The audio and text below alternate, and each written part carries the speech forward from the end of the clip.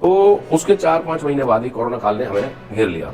और मैं समझता हूँ कि 2 साल के कोरोना काल के बाद जो काम मैं जनता के लिए करना चाहता था वो मैं ही नहीं कर पाया, और मैं सेटिस्फाई नहीं। मैं कैमरा के सामने कहता हूँ, मैं अपनी जो इंटरव्यू है उसमें कहता हूँ, या मैं कोई बाइट लेने आता हूँ उससे कहता हूँ, केशव जी लोगों के मन को जीता है। 3.5 साल के बाद जैसे हमारा 1 साल मुझे मिला है, और कोरोना काल होने के बावजूद 2.5 साल में कोरोना रहा और विकास कार्य मेरे हुए नहीं, उसके बावजूद जनता का जो लगाव मेरे प्रति दिखता है, आज भी ढोल से, बाजे से, ट्रैक्टर से, जब मैं कहीं छोटे मोटे उद्घाटन करने के लिए जाता हूँ, कुछ सड़कों के उद्घाटन किए, कुछ अन्य काम करने जाता हूँ, चौपालों के उद्घाटन किए, तो लोग उतने ही प्यार और आशीर्वाद के साथ मुझे जो है गांव में लेके जाते हैं। 1 किलोमीटर दूर से ट्रैक्टर खड़ा कर देते हैं, ट्रैक्टर पे मुझे ले जाते हैं, जैसे चुनाव के दौरान था। तो मैं इस बात के लिए परमपिता परमात्मा का भी ऋणी हूँ, और अपनी जनता का बहुत भारी जो ऋण है मेरे पास, बहुत ज्यादा मैं उनके प्यार का कायल हूँ कि आज भी मेरे पास उतना लाड प्यार आशीर्वाद उनका रहता है। जब मैं भारतीय जनता पार्टी में काम कर रहा था, और मेरा अब सर्वे है या और अन्य चीजें हैं, वो मतलब इसमें इतना अंतर था उसमें कि 10 और 100 का होगा,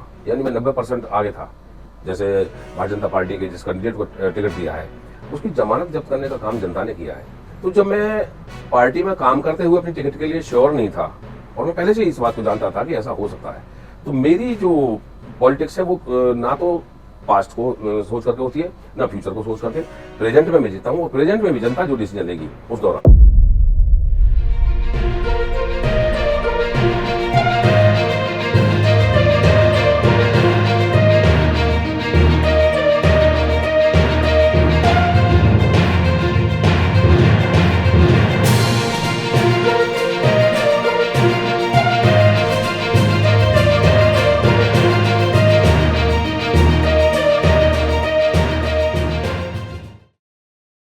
नमस्कार, स्वागत है आपका राजनीति.com में। मैं हूं आपके साथ केशव कुमार।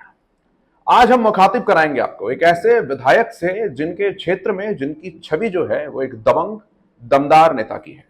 ऐसे विधायक जिन्हें लोग प्यार करते हैं, ऐसे विधायक जिन्हें लोग काम करवाने के लिए जब वो आते हैं तो लंबी कतारें उनके आवास के बाहर देखी मिलती है। ऐसे विधायक जो कहते हैं कि मैं नाश्ता तभी करता हूं जब मैं अपने क्षेत्र के लोगों की समस्याएं सुन लूं। ऐसे विधायक जिनके आवास पर हमेशा लोगों का जमावड़ा लगा रहता है। ऐसे विधायक जो पार्टी से टिकट कटने के बावजूद भी निर्दलीय लड़ते हैं और अपना परिचय, अपनी ताकत का परिचय दिखाते हैं, चुनकर आते हैं, जीत कर आते हैं। हम मुखातिब करा रहे हैं आपको हरियाणा पतला से निर्दलीय विधायक नयनपाल रावत जी से। बहुत स्वागत है साहब हमारे चैनल पर आपका। जी धन्यवाद केशव जी, आपका भी और आपकी राजनीति.com की जो पूरी टीम है उसका मैं हृदय से स्वागत करता हूँ। सर, बड़ा लंबा इंतजार कर रहे हैं हम देख रहे हैं तकरीबन 500 लोगों को आप अभी निपटा चुके हैं, उनके काम की सुनवाई कर चुके हैं। रोजाना का शेड्यूल है ये? देखिए, निश्चित तौर पर, क्योंकि मुझे इस क्षेत्र के लोगों ने इंडिपेंडेंट चुनाव लड़ाया, 66,000 वोट मुझे दी, लेकिन मैं इनकी सेवा और पूजा इस तरीके से करता हूँ, जनता को भगवान मानकर, कि लोग मेरी तरफ खिंचे चले आते हैं। और ऐसा कोई दिन नहीं होगा जिस दिन 500 से ज़्यादा लोग मेरे पास अपने छोटे बड़े कामों को लेकर के ना आते हों। और मेरी आदत में शुमार है कि जब व्यक्ति आया है उठ के, तो उसकी बात को तन्मयता से सुनता हूँ, टाइम देता हूँ, जो काम होने के लायक होता है तुरंत करता हूँ, और अगर उसमें कोई दिन देरी है तो उसको समय देता हूँ, और ना होने वाले काम को स्ट्रेट फॉरवर्ड मना कर देता हूँ, ये काम मेरे बस की नहीं है, ये नहीं होगा। और इसके साथ साथ लोगों को, जैसे आपने देखा होगा, सुबह से उनके खाने पीने की सामान वस्तुएं वो मैं सुबह मॉर्निंग में मंगा के रखता हूं। तो पहले उनकी सेवा करता हूं, उनको खिलाता पिलाता हूं, फिर उनकी नंबर वाइज बात सुनता हूं, और पूरा समय दे करके उनको जब तक तसल्ली ना हो जाए, क्योंकि मेरे स्वयं को मन को जब तक सेटिस्फैक्शन नहीं होता जब तक वो व्यक्ति सामने वाला सेटिस्फाई ना हो या उसकी मैं पूरी तरह ना सुनूँ, तो मेरा काम सेटिस्फाई मैं भी होना चाहिए और सेटिस्फाई मेरे सामने वाला भी होना चाहिए। तो इस तरीके से मैं जनता के साथ काम करता हूं। नयनपाल जी, रोजाना का यही शेड्यूल कभी से चलता आ रहा है, कभी तक चलता रहेगा? देखिए, मैं समझता हूं कि एमएलए से लोग बहुत बार कई बार रह लिए, लेकिन ये कितनी बड़ी चीज़ है जिसे जनता जनार्दन हमें देती है, और उसका फिर बनने के बाद राजनीतिक लोग नाजायज़ फ़ायदा उठाते हैं। उन्हीं लोगों में से बदबू आने लगती है जिन लोगों ने इनको इतने बड़े पद पर पहुंचाया है। आज 2.25 करोड़ लोगों में से 2 करोड़ 80 लाख की आबादी हमारे हरियाणा की है, और उनमें से 90 लोगों में हमें इन्होंने चुन करके भेजा है। तो मैं ये समझता हूँ कि विधायकी तो आएगी और चली जाएगी, लेकिन मेरे और मेरे परिवार से आजीवन इनका जो एहसान है वो मैं नहीं उतार पाऊँगा। जो काम है रोज़मर्रा के हों, विकास के हों, डेवलपमेंट के हों, वो काम करना तो हमारी जिम्मेवारी है। लेकिन मैं सबसे बड़ी जिम्मेवारी इस काम के साथ ये समझता हूँ कि जिस प्रकार का मान और सम्मान जनता ने हमें दिया है, वापस उनको उससे ज़्यादा सम्मान मिलना चाहिए उनके काम के साथ साथ। जो टारगेट आपने फिक्स किए होंगे, लोगों को वादे किए होंगे चुनाव के समय, अपने प्रचार प्रसार के समय, अगर एक रिपोर्ट कार्ड अभी तक तैयार करें, तकरीबन 3 साल सरकार के कामकाज को होने वाले हैं, कहां तक पहुंच पाए हैं नयनपाल रावत अपनी उस लिस्ट के अंदर? देखिए, मैं पहली बात तो आपको बताऊं कि मेरा कोई मैनिफेस्टो चुनाव के दौरान नहीं था। बस मन में कुछ चीज़ें थी कि लोगों को बहुत अच्छा करके देना है। क्योंकि मैं किसी पार्टी से नहीं था तो मैनिफेस्टो भी नहीं था। ये चुनाव तो एक आंधी की तरह चुनाव इन्होंने लड़ाया है। 2 बार भारतीय जनता पार्टी से मैं चुनाव लड़ा और 2014 का चुनाव में 1179 वोट से हार गया था। लेकिन इस परमात्मा रूपी जनता ने मुझे ना ये देखा कि ये काम करेगा या ना करेगा। एक सहानुभूति मेरे साथ थी, एक पारिवारिक रिश्ता इस जनता के साथ था। तो इन्होंने मुझे, और 15 साल से मैं कंटिन्यू जनता के बीच में इस तरह रहा हूँ, 15 साल बाद मुझे इन्होंने ये चौथे चुनाव में मौका दिया है। तो मैं रोज़मर्रा की चीज़ों को, मैं किसान, छोटे से किसान का बेटा हूँ, मैं अच्छी तरह से समझता हूँ कि क्षेत्र के लोगों को 104 गांव हैं इस विधानसभा में, टोटल लोकल एरिया है, ग्रामीण क्षेत्र है, शहर इसमें कोई नहीं है, ग्रामीण क्षेत्र है। और ग्रामीण क्षेत्र के आंचल से मैं यहाँ आता हूँ तो मुझे एक एक व्यक्ति का पता है। और विशेष तौर पर इन्हें कोई बहुत बड़ी डेवलपमेंट की बात नहीं है। जैसे पिछले समय एक स्किल डेवलपमेंट यूनिवर्सिटी जो 950 करोड़ रुपये की थी, माननीय मुख्यमंत्री महोदय ने मुझसे चर्चा करने के बाद इस क्षेत्र को दी। कई सारे कॉलेजेस पीछे दिए हैं। अभी क्योंकि जिस समय हम चुनाव जीत करके सत्ता में आए और हमने भारतीय जनता पार्टी की सरकार को, माननीय मुख्यमंत्री मनोहर लाल जी को समर्थन दिया, तो उसके 4-5 महीने बाद ही कोरोना काल ने हमें घेर लिया। और मैं समझता हूँ कि 2 साल के कोरोना काल के बाद जो काम मैं जनता के लिए करना चाहता था वो मैं ही नहीं कर पाया। और मैं सेटिस्फाई नहीं, मैं कैमरा के सामने कहता हूँ, मैं अपनी जो इंटरव्यू है उसमें कहता हूँ, या मैं कोई बाइट लेने आता हूँ तो उससे कहता हूँ। लेकिन ये 2023 का वर्ष, जैसे ही पिछले साल से हमारा जो ये कोरोना काल ख़त्म हुआ है, तो मैंने 2023 का टारगेट एक विकास वर्ष के रूप में इसको मैंने फिक्स किया हुआ है। और मैं समझता हूँ कि 24 तक जाने से पहले जनता की जो मूलभूत समस्याएं हैं, जिसमें मोस्टली जो सड़कों की समस्या है, जैसे मैं कहूँ कि मैंने लगभग 22 करोड़ रुपए की 20 सड़कें मार्केटिंग बोर्ड से जो कच्ची पड़ी थी, कदीमी कच्ची थी, इतिहास से कच्ची थी, वो कभी पक्की नहीं हुई, तो जिनमें से 12 सड़कें मैं कंप्लीट कर चुका हूँ और 8 सड़कें अभी मेरी पाइपलाइन में, 4 के टेंडर प्रक्रिया पूरी हो गई है और आपका जो ऑर्डर वगैरह वो सारा कंप्लीट हो गया है, तो वो भी DNIT वगैरह बन गई है, तो वो भी 4 सड़कें बन करके तैयार हो जाएंगी। इसके अलावा PWD की सड़कों के लिए माननीय मुख्यमंत्री महोदय ने 99 करोड़ रुपया मुझे अब से 1 साल पहले मेरे लिए घोषणा की थी, जिसमें से लगभग सभी सड़कों की टेंडर प्रक्रिया प्रोसेस पूरा हो गया है, वर्क ऑर्डर भी साइन हो गए हैं, तो उन पे जल्दी काम शुरू हो जाएगा। मैं समझता हूं कि अगर बरसात से तंग ना होए तो बरसात के अभी समय शुरू कर देंगे, और अगर बरसात का व्यवस्था खराब करती है तो 15 तारीख के बाद उन पे काम शुरू हम कर देंगे, और नवंबर से पहले पहले टोटल जो कनेक्टिविटी है उनको हम ठीक करके इनको दे देंगे। अच्छा नयनपाल जी, इंडिपेंडेंट विधायक होने के नाते कभी कुछ ऐसे चैलेंजेस भी आते हैं, या मन को ये लगता है कि यार पार्टी में रहता तो काम शायद जल्दी हो जाते, इंडिपेंडेंट है तो सुनवाई नहीं हो रही है, ज्यादातर लोगों की शिकायत होती है, आपका पर्सनल एक्सपीरियंस क्या है? देखिए, मैं आपको बात बताऊं, मैं चाहे जनता की बात हो, चाहे मुख्यमंत्री मनोहर लाल और सरकार की बात हो, मैं जिसके साथ रहता हूं समर्पण भावना से काम करता हूं। मेरा समर्पण इतना जो उस पर भारी पड़ता है कामों पे कि माननीय मुख्यमंत्री महोदय जी, हरियाणा की सरकार विशेष लाड़ प्यार के साथ, और मैं इवन ये भी कहता हूं कि जिसको कोई नहीं करा पा रहा हो, ऐसे काम भी माननीय मुख्यमंत्री महोदय ने मेरे कहने से किए हैं। सरकार की पूरी कृपा रहती है मेरे पे। अब केवल ये बात नहीं है कि मैंडेट पूरा नहीं है तो हमें वजन मिलता है, क्योंकि मैं प्रो भाजपा हूँ, भारतीय जनता पार्टी में रहा हूँ, संगठन में काम किया है, तो माननीय मुख्यमंत्री और हरियाणा सरकार मेरी बातों को पूरी तरह से सुनती है। अभी आप देखोगे कि 25-25 करोड़ रुपए सभी विधायकों को जो सड़कें रिपेयर के लिए मिले, SR के लिए, स्पेशल रिपेयर है या रिपेयर है उसके लिए मिले, और उसके बावजूद 99 करोड़ रुपया मुझे माननीय मुख्यमंत्री महोदय ने मेरी टोटल सड़कों के लिए, अगर मैं मार्केटिंग बोर्ड के 22 करोड़ भी हटा दूँ तो भी PWD के लिए 99 करोड़ रुपया, और इसी के साथ साथ एक जो 15 साल से एक पुल हमारा डैमेज पड़ा हुआ था जो हमारा आगरा कैनाल पे है, जो सोनपेड़ और शाहपुर कला के लिए जाता है, जिसमें 10 से 12-15 लोगों का आना जाना है। 9 करोड़ रुपए की राशि उसके लिए मंजूर की और वो अभी आधा बन चुका है, उस पर काम चल रहा है, बन करके 2-3 महीने में कंप्लीट हो जाएगा। तो मैं समझता हूँ कि ये सारी चीज़ें जो अलग से दी जाती हैं, इसी के साथ साथ मैंने अब जो पंचायतें हमारी नहीं थी, कुछ काम हमने वैगी के माध्यम से, कुछ हमने डी प्लान के माध्यम से और HRDF के माध्यम से जो किया है वो किया है। अभी पिछले दिनों जो हमारी रैली थी उसमें 250 करोड़ रुपया मैंने जो गांव हैं उनके डेवलपमेंट के लिए, उनके विकास के लिए मैंने मांगे हैं और अभी हमारी जल्दी मीटिंग होगी तो उसमें वो मंजूरी हमें मिल जाएगी।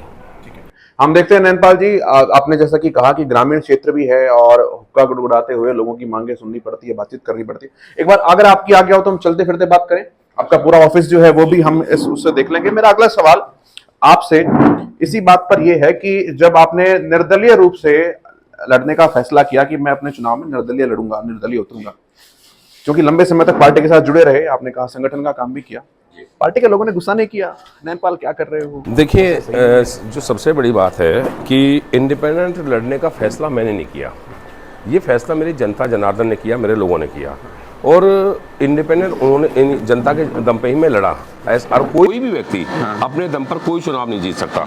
एक जनता का, जनार्दन का लाड प्यार और उनका साथ ही एक ऐसी चीज़ है जो आप लोगों को चुनाव में आगे ले जाती है, चुनाव जिताती है। तो मेरा लड़ने का फैसला ये मेरी जनता का था और जनता के कारण ही मैं ये चुनाव जीत पाया। तो इसलिए पार्टी के लोगों को गुस्सा करने की इसलिए बात नहीं थी कि पार्टी को हमेशा मैंने अपनी माँ माना था और मैंने चुनाव के दौरान भी ये कहा था कि माँ से गलती हो जाती है और हो सकता है कोई ना कोई अड़चन ऐसी। संगठन की तरफ से कुछ ऐसा प्रयास नहीं किया गया कि नैनपाल अगर ना लड़े हैं? जी बिल्कुल किया गया था, संगठन की तरफ से भी किया गया था। लोग साथ इतने थे कि आप निकल दिया? बिल्कुल। इवन देन उस दौरान मेरे जो नॉमिनेशन मेरा जो होना था 3 तारीख को, उससे पहले एक दिन पहले माननीय मुख्यमंत्री महोदय का फोन आया था कि भाई हमें पता है आप लोगों ने बड़ी मेहनत पार्टी के लिए की है, कुछ ना कुछ व्यवस्था आपकी करेंगे। तो मेरा एक ही जवाब था कि माननीय मुख्यमंत्री जी, अब जो कदम है वो आगे बढ़ चुके हैं, ये पीछे हटेंगे नहीं।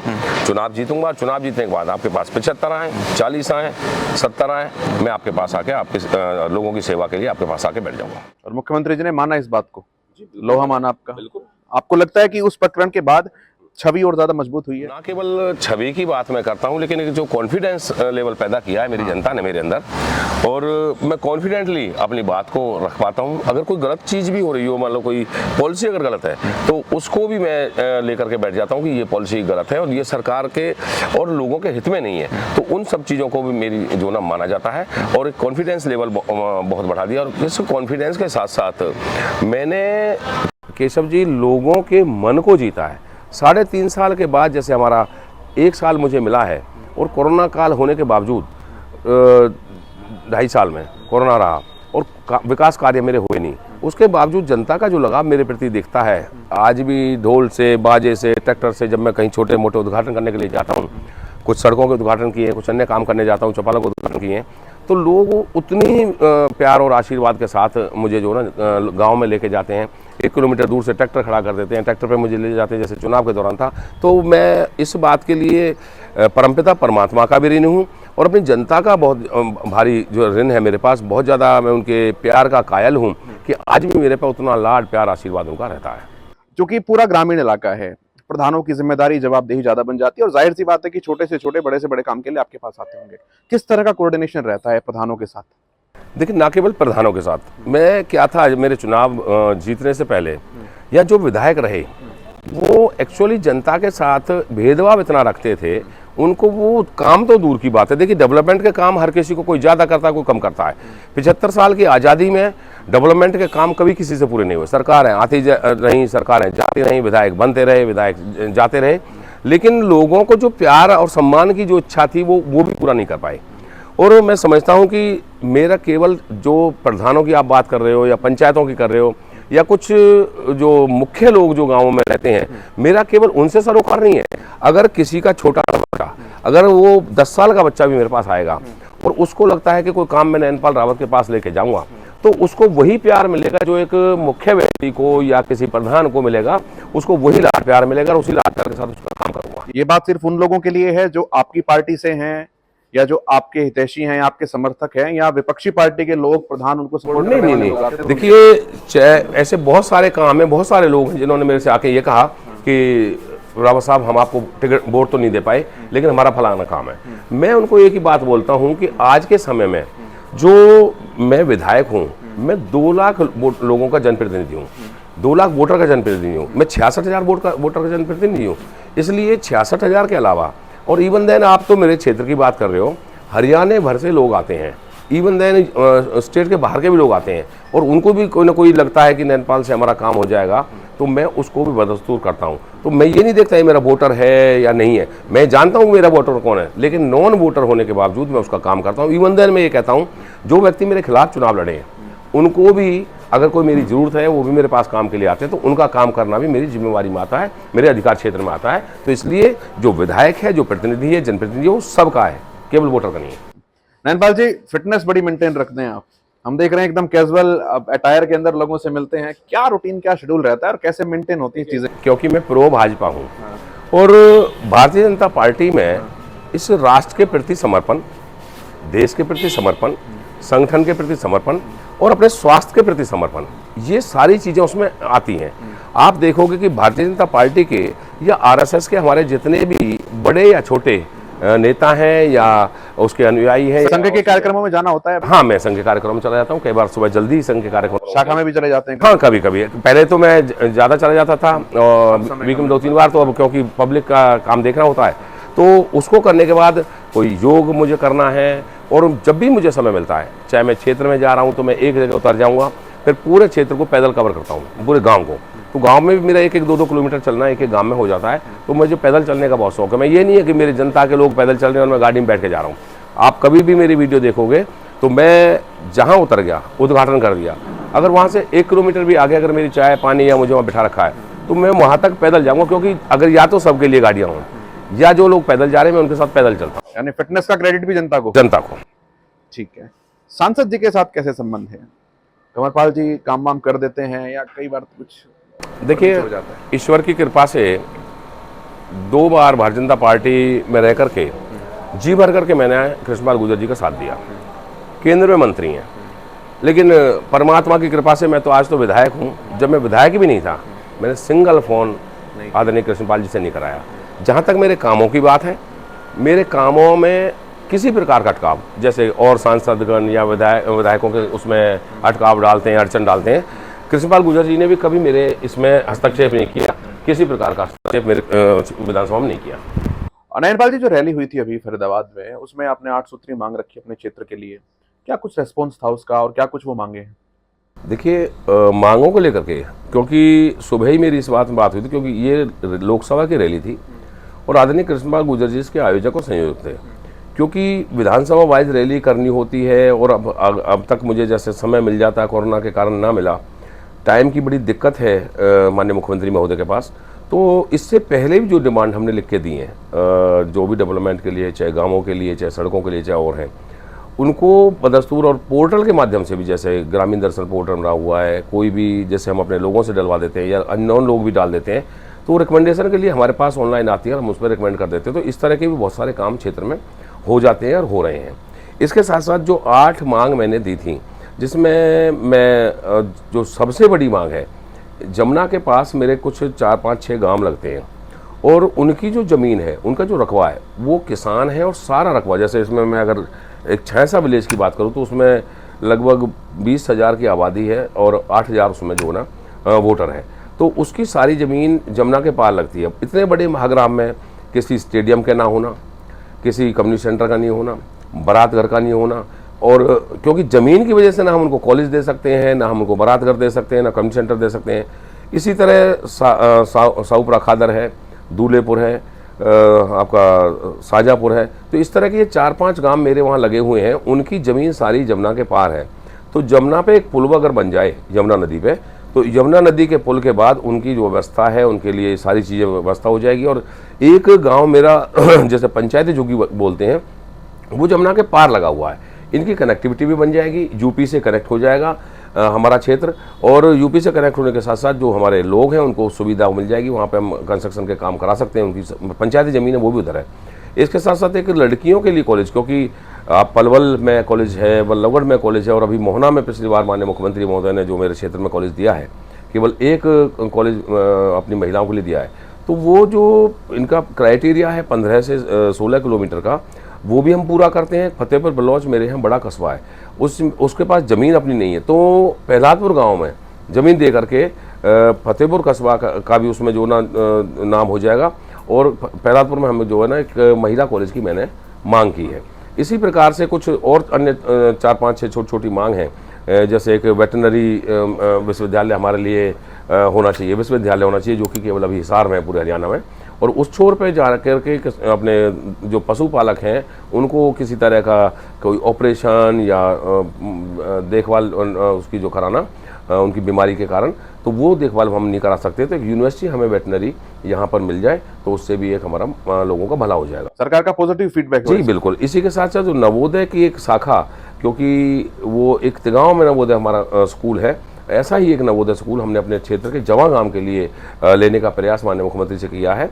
और निश्चित तौर पर ये डिमांड तो अलग बात है, और किसी की अगर फिजिबिलिटी नहीं बनती है तो मैं कहता नहीं, अन्यथा कोई भी डिमांड ऐसी नहीं रहेगी जिसे माननीय मुख्यमंत्री मेरी को ना माने।